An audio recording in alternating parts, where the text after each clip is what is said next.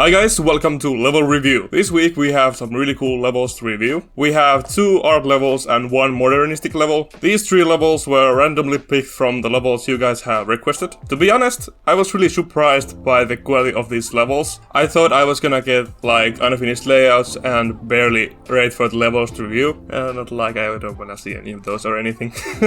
But anyway, let's get to the review. That's why you guys are here. Our first level is called Sonbeat by Marky.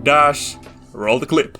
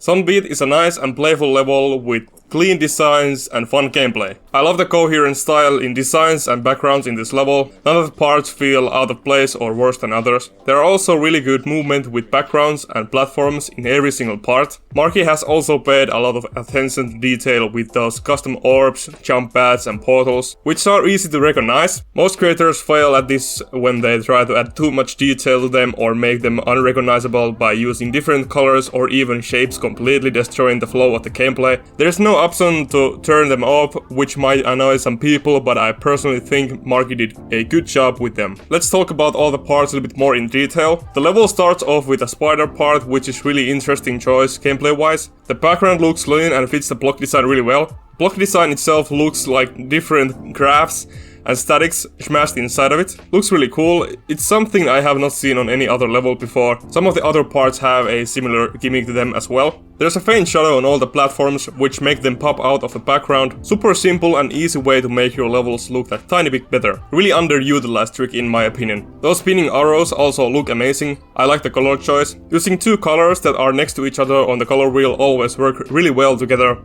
Mixing this with black, grey and white is neat and very stylistic. This coloring style stays pretty much the same throughout the whole level, with only accent colors changing. The next part is really good too. There is a change in design, background and decoration while the color style has stayed the same. I really love the custom gears in this part. They go really well with the circles in the background. Also those pipes or connective lines coming out of the platforms look nice. There is a color change in the middle of this part, where the gravity gets flipped. It's really a nice way to help the player to differentiate the change in gameplay. More experienced players don't need this to tell what is going on, but it's beginner friendly and will help them to remember that the gravity changes in the middle of this part. Kinda odd thing to get from one color change, but I thought it was good to mention. The transition to the next part is seamless with the white glow wiping down and changing the background. The block design seems very similar to the last part and those same gears are apparent in this part too. There is also a color change when transitioning to the ship part that continues the designs and background. The next part brings in more colors and we see those shards again in the block designs. This time they are a bit different. I forgot to mention this in the first part, but the bars are actually moving and they make the level feel even more alive.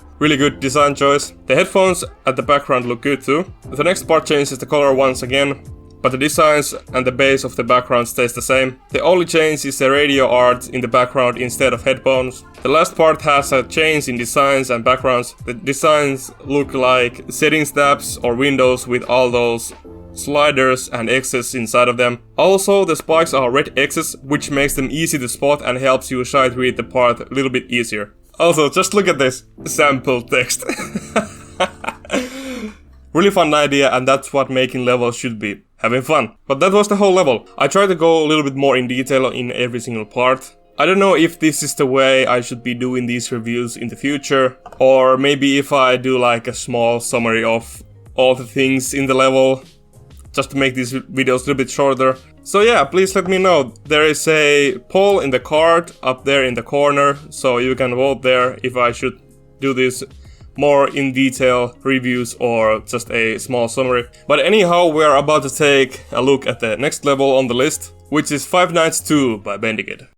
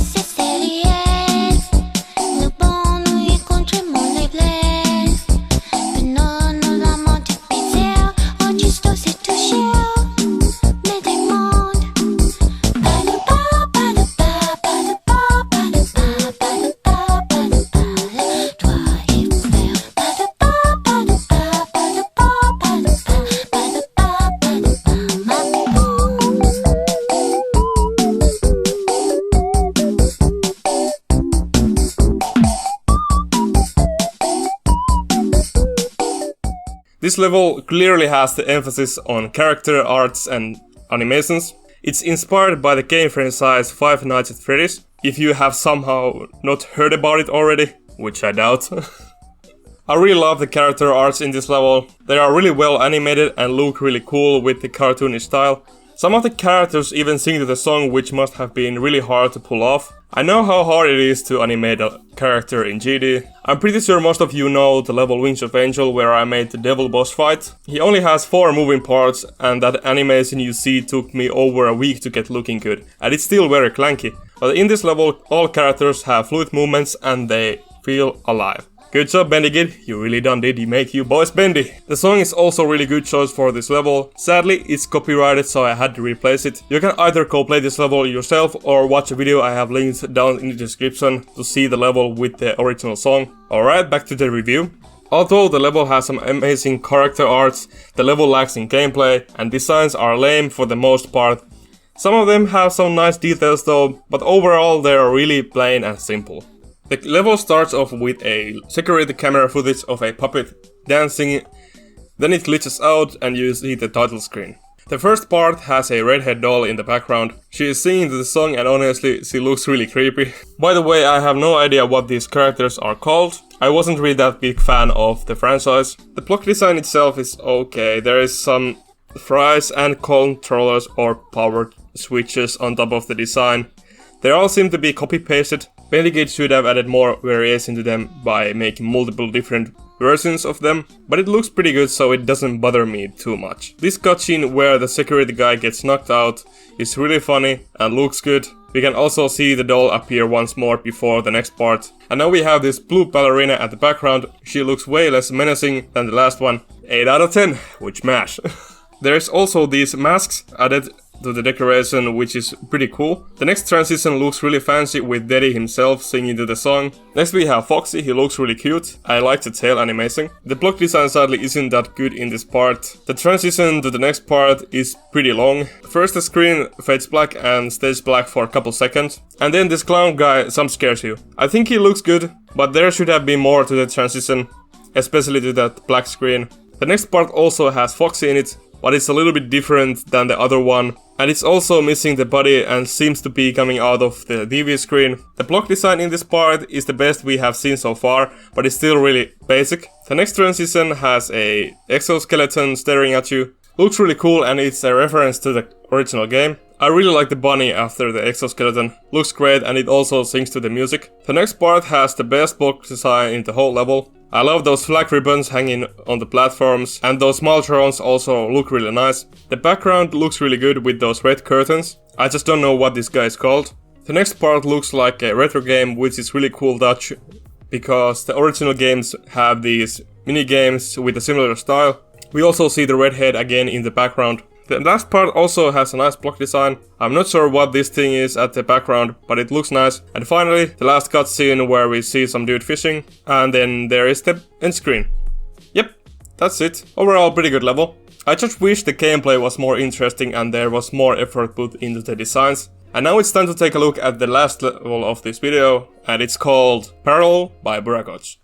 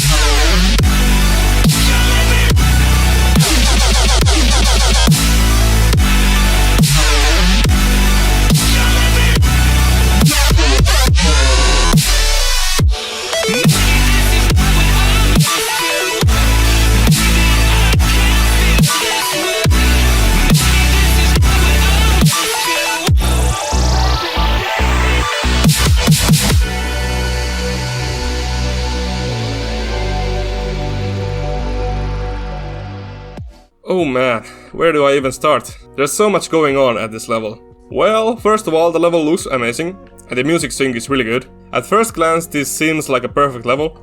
Right, it is really good, but it's not perfect. There's always room for improvement. The level has amazing designs and even better art and backgrounds, but the gameplay is buggy and kinda annoying at some parts. The level is really laggy even on good gaming PC, but this is because of the high object count. I had to ask Buragoz permission to use his footage on this level, because I could not record a good quality video out of it. But anyway, there are many levels that are as laggy or even laggier than this level. Geometry Dash just isn't optimized for levels that have a high object count. That's why there is an object limit in the game. This level has 250,000 objects, and that's a lot. Even 100,000 object levels can be laggy. Alright, let's summarize all the most important things about every single part. The level starts off with a glitching destroyed moon art. I love the idea of the death ray going through the moon. Seems like something out of a Star Wars movie.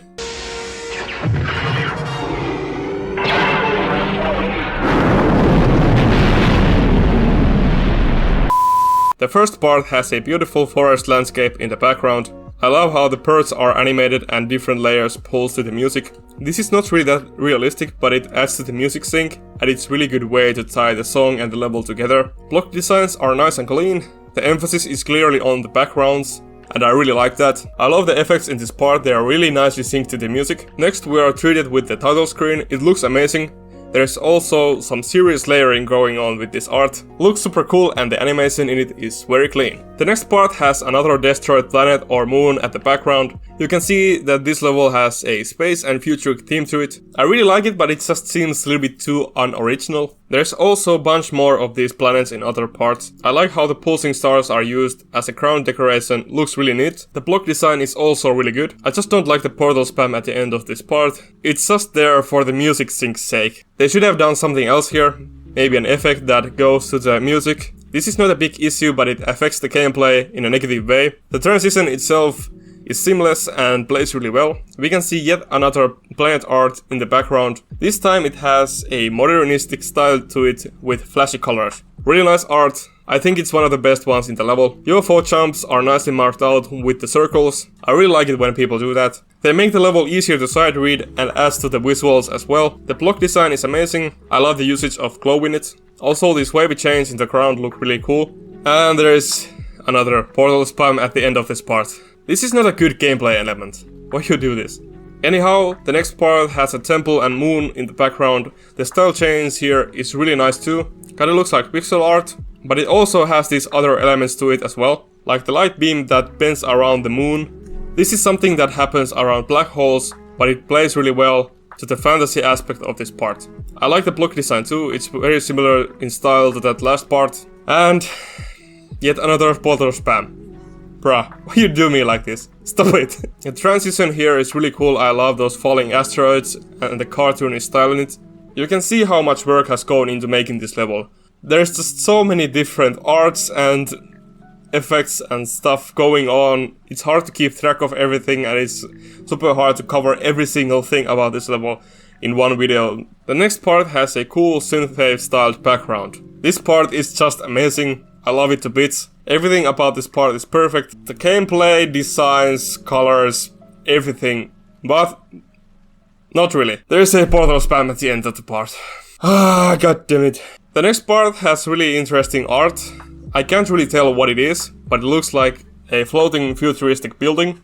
Looks nice. The block design is really cool too. The next part is really similar in style, but this time there is a whole city. Really amazing art. There's also a lot of small details in it. Even though it's a pixel art, really hard to pull off, props for that. Block design is also really good. There is a nice variation with the colors. This next transition is also super good. I'm sorry if I sound like a broken record at this point. There's just so much cool stuff in this level. The next part has a really nice background art. It's very similar to the first part. Also the block design and decoration seem really similar to the ones we have already seen. The only thing that makes this part horrible is the mirror portal in the middle of it. It's just there for the music sync. It distorts the level for a second and completely destroys the sight readability of this part. I would have put the mirror portal in the transition itself, so the whole part is mirrored. Most people hate the mirror portal, and I think the reason is that they are used this way. Which is wrong. It's not really that hard to use them, but for some reason people like to use them this way and it drives many players mad. The next part looks absolutely amazing, I love the Ferris wheel at the background, and the block design is really cool too. The gameplay is a little buggy and annoying at this part, which is sad, but I like how the coin route has been implemented to this part. Next part is really bland in colors when compared to the other parts.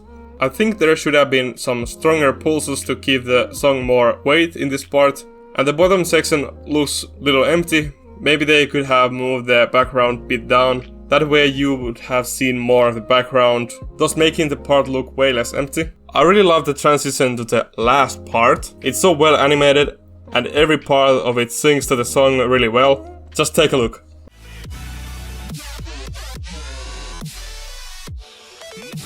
Wow, Buragoz, you're a crazy man.